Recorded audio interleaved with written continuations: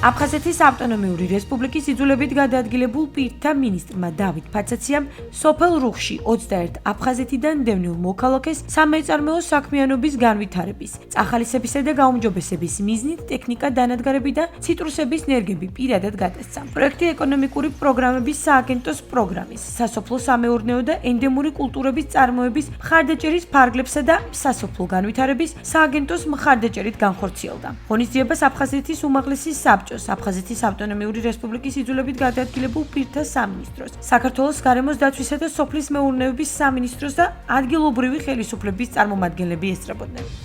განსაკუთრებით მნიშვნელოვანია ის, რასაც ჩვენ ვახორციელებთ ჩვენი სამინისტროს და აფხაზეთის მთავრობის ხელმძღვანელობით, ჩვენი დევნილი მოსახლეობის მხარდაჭერა ოკუპირებულ ტერიტორიაზე, კონტროლირებულ ტერიტორიაზე, ჩვენი დევნილი მოსახლეობის მხარდაჭერა და ხაზი უნდა გაუსვათ მადლიერება ჩვენი სოფლის მეურნეობის სამინისტროს მიმართ, რომელსაც გადმოსცა ჩვენ დევნილებს მცირე მოტობლოკები და ეს ყველაფერი მოხმარდება ჩვენი დევნილი მოსახლეობის კეთილდღეობას და მათ სოციალური მდგომარეობის გაუმჯობესებას. ძალიან მნიშვნელოვანია ფერმერისთვის რომ თავიანთი ეკონომიკური მდგომარეობა აიმაღონ ამ ძირითადი აქტივობის საშუალებით.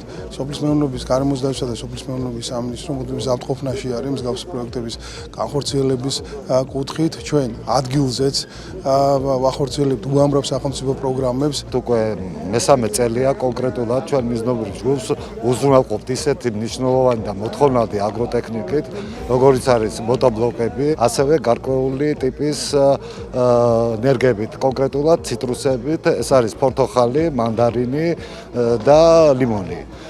ეს ყველაფერი უზრუნველყოფილი იქნება უანგაროდ და დახმარების სახით.